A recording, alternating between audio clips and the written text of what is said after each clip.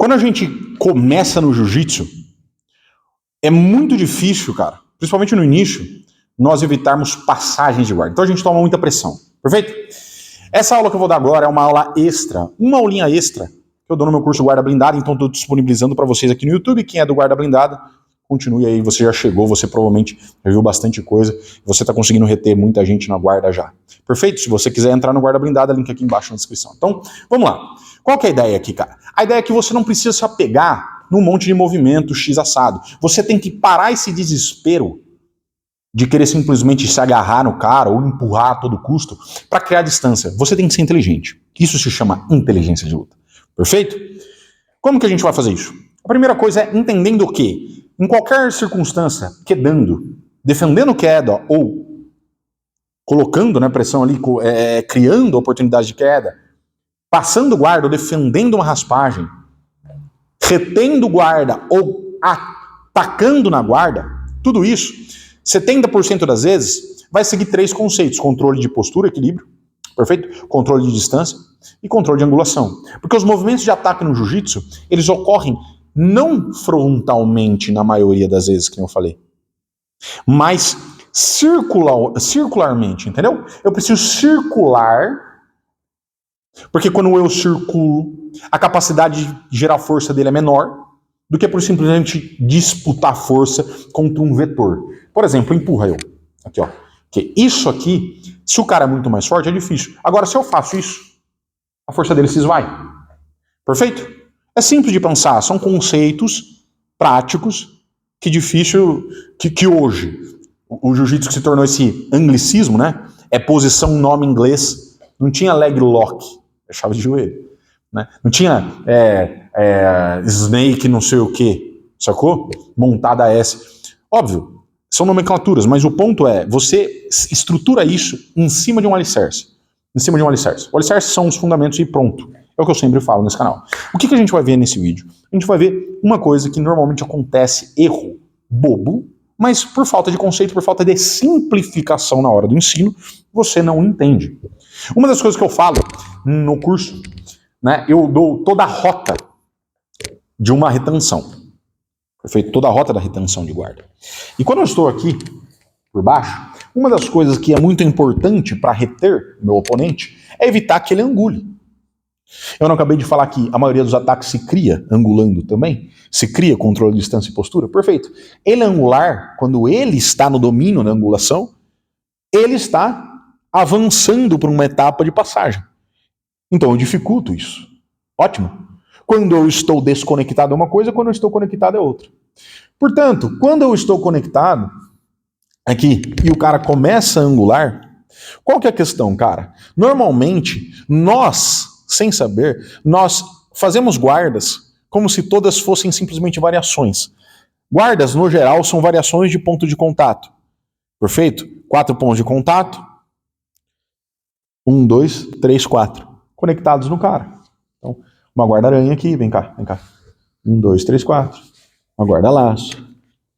Perfeito? De la riva. 4 pontos variando. Ótimo, perfeito. Porém, o que a gente não entende? A gente não entende que algumas guardas são mais ofensivas. Elas criam esse potencial de ataque, né? Maior, porque elas são mais unilateralizadas. Perfeito? O que é unilateral? É você ter um lado só sob seu controle, normalmente. Por exemplo, uma meia guarda, eu tenho mais um lado sob o controle. Isso significa que, no ponto de vista de ataque, é importante, é boa. Mas do ponto de vista de retenção, eu não acho que é. Eu não penso que é a melhor. Perfeito? Ainda que você seja um ótimo guardeiro de meia guarda. Por quê? A meia guarda, como ela joga numa meia distância aqui, numa curta às vezes, eu consigo entrar numa deep, eu consigo esgrimá-lo, eu consigo me aproximar e diminuir a capacidade de mobilidade dele. Mas ainda assim eu me aproximo em tal grau que se eu não souber fazer, principalmente quando você é iniciante, o cara de cima domina pela pressão. Perfeito? Então qual que é a questão? Normalmente quando eu estou conectado, levanta. Pô, de algum jeito vocês começam a fazer guarda. E o cara começa a transitar, ele começa a querer passar para um lado, vai lá, isso. E vocês começam a cair, chega mais perto. Porque, ó, vamos lá. Esse é um outro lance da passagem. Ele está muito distante. Muito distante. Eu nem ia entrar nisso aqui, mas como ele falou, ele está muito distante. Quando ele está distante, eu nem preciso me preocupar. Ok? Só eu conectar meus escudos, eu explico isso melhor no curso, e já era. Mas o lance é que ele está conectado, normalmente ele vai tentar transitar. Eu estou conectado com ele, ele vai tentar transitar, por exemplo, para um lado. E o que normalmente ocorre nessa transição é ele ir para uma meia.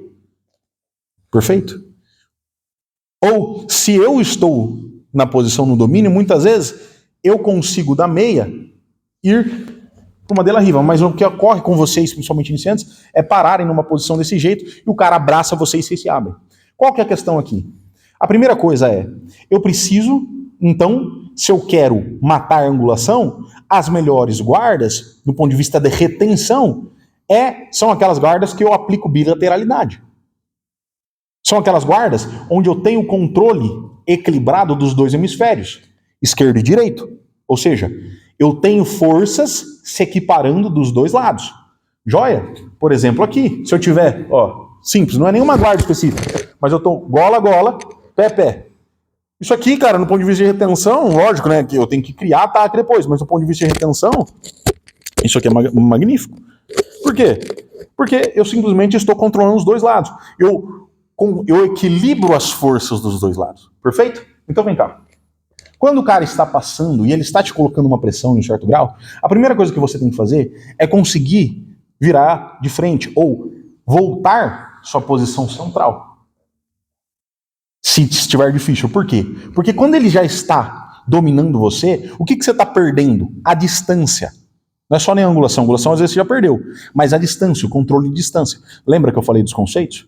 Portanto, o que você tem que fazer? Você tem que retomar. E onde você tem controle de distância maior? Aqui, dominando. Ou pisando no quadril. Porque quando eu tenho o controle do quadril, eu tenho um controle normalmente do peso desse cara também. O peso desse cara se afasta de mim.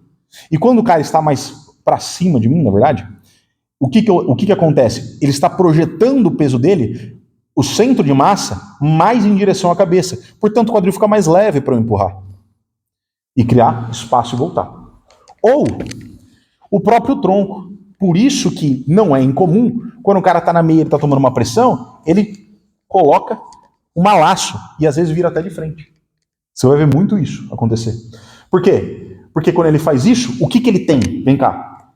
Tira essa mão, só coloca ela aqui, ó. Ele tem essa perna, quando eu estou dominando a distância, empurrando o quadril, ou esta perna empurrando o ombro e o tronco. Quando eu faço isso, eu distancio todo o quadrante superior dele de mim. E aí eu viro de frente. Ótimo. É um lance de empurrar o quadril e empurrar o ombro. É isso. Mas quando você está perto. Quando o cara está numa distância, que ele está te dando pressão e você não consegue. A primeira coisa que você tem que fazer é criar distância para começar a tentar acessar o quadril dele ou aqui em cima. Perfeito? Se ele estiver desse jeito, o quadril dele está mais fácil. Por quê? Porque uma vez que eu tiro o meu escudo para costurar, ele ganha minha lateral, ele ganha minha esgrima. Ele acessa a minha lateral, perfeito? Então, quando eu estou aqui, o que eu tenho? Eu tenho o meu escudo. Com o meu escudo, eu já consigo criar uma distância entre nós. E eu piso de novo do quadril, empurrando para virar de frente. E aqui eu retomo os 4 pontos de contato de forma bilateral. Ótimo? Perfeito.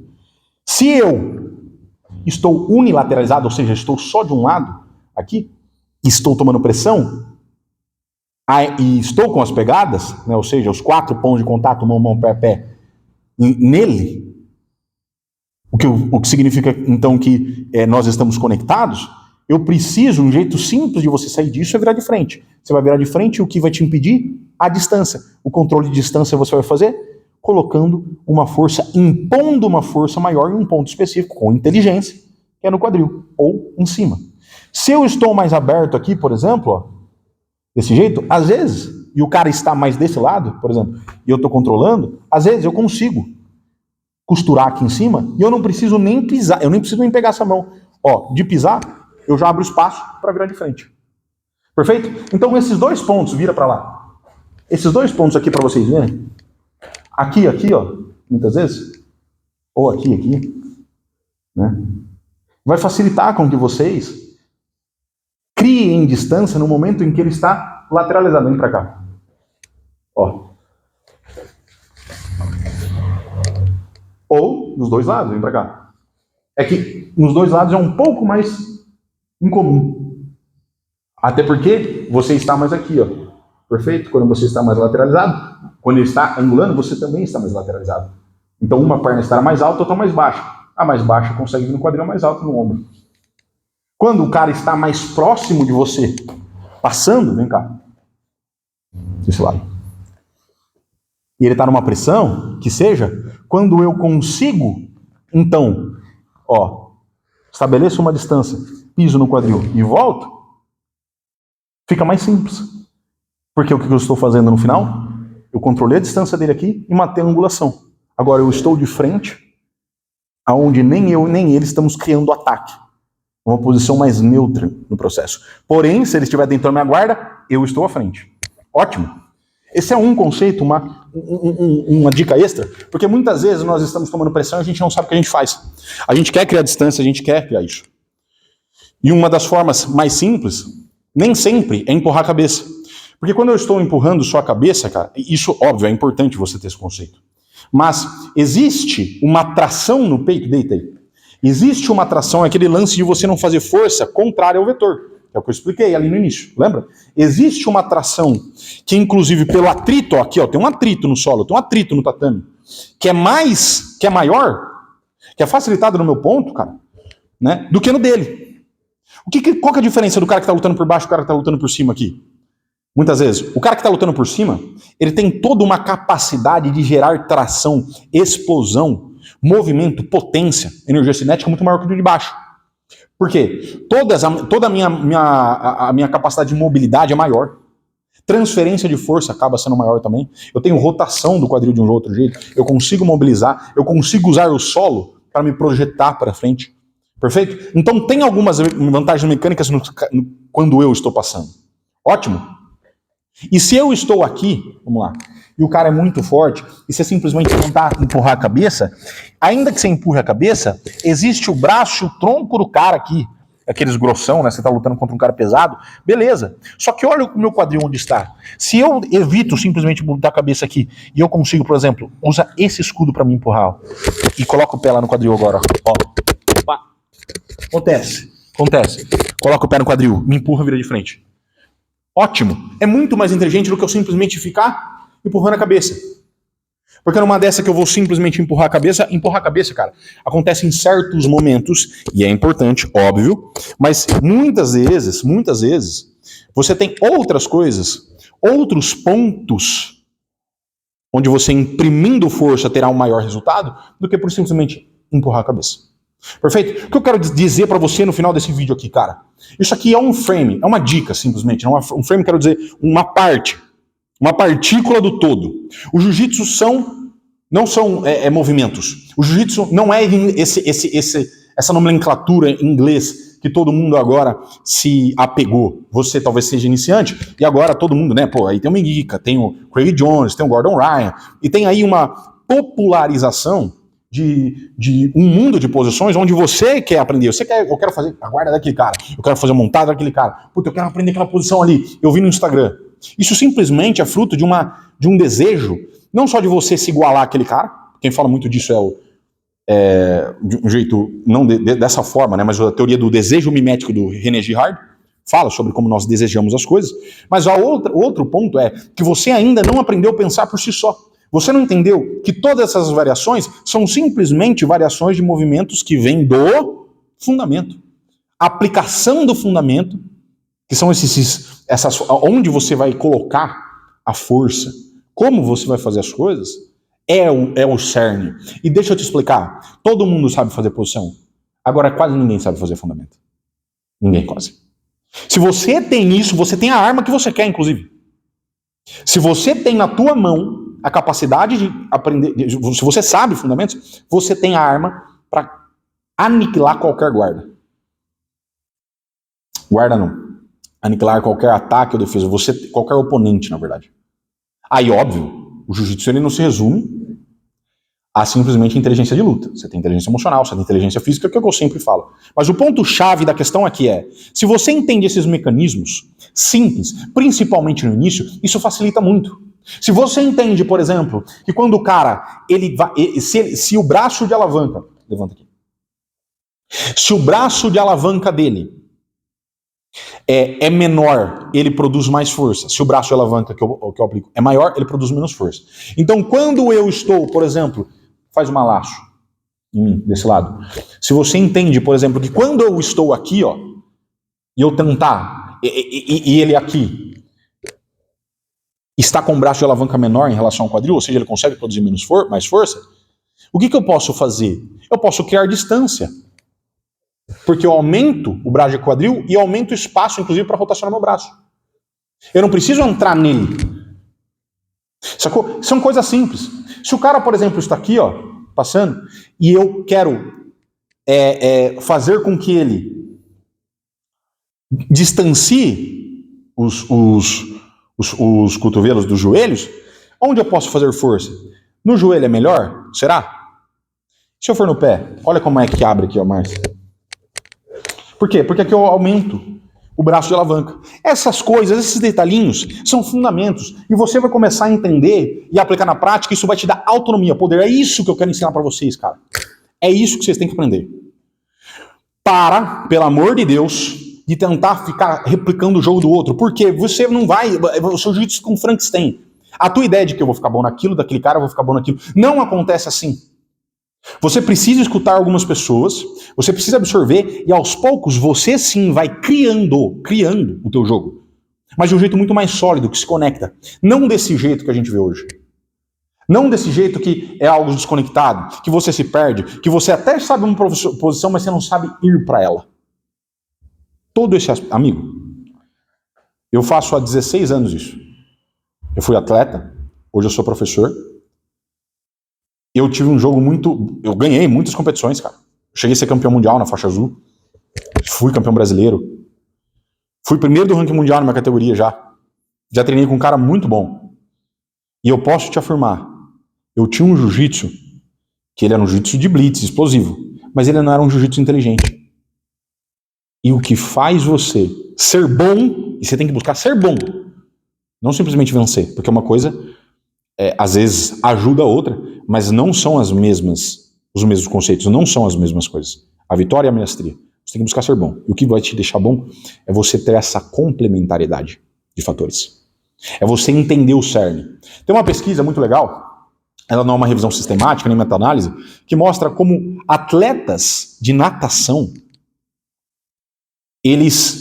os classe A, né, olímpicos, como eles estudam as minúcias e não simplesmente algo específico. Eu vou só fazer guarda, eu vou só fazer o quê? Eu vou só ser guardeiro, eu sou o melhor guardeiro, sou o melhor bibibó, Não, eles ampliam a visão deles. Eles estudam tudo porque a visão se complementa. O ensino se complementa. Quando você aprende a passar guarda, você é um melhor guardeiro, porque você entende as alavancas, você entende onde dói, você entende onde é feita a força, e aí você começa a pensar no teu processo de defesa ou de ataque por baixo. Tudo isso, cara, tudo isso que eu tô falando, se resume em você entender o cerne e a medula do jiu-jitsu. Nesse canal eu vou ensinar muito mais disso para vocês. Eu tenho um papo franco, uma ideia filosófica, uma ideia de comportamento, eu falo muito sobre isso, treinamento físico também, para lutas, e muito sobre inteligência de luta. Perfeito? Se essa aula fez sentido, me fala aqui embaixo. Se você quiser, se você ainda não é do guarda blindado, você que está vendo agora, se você é, essa mensagem não é para você. Parabéns por ter adquirido. Mas se você não é, vai ter um link aqui na descrição. Porque essa é simplesmente uma aula. Você tem que entender o conjunto da coisa. Perfeito? Tamo junto. Agora é o tempo do meu brother Arthur levantar e encerrar ali a câmera. Porque como vocês sabem, eu não edito. Meu papo é reto.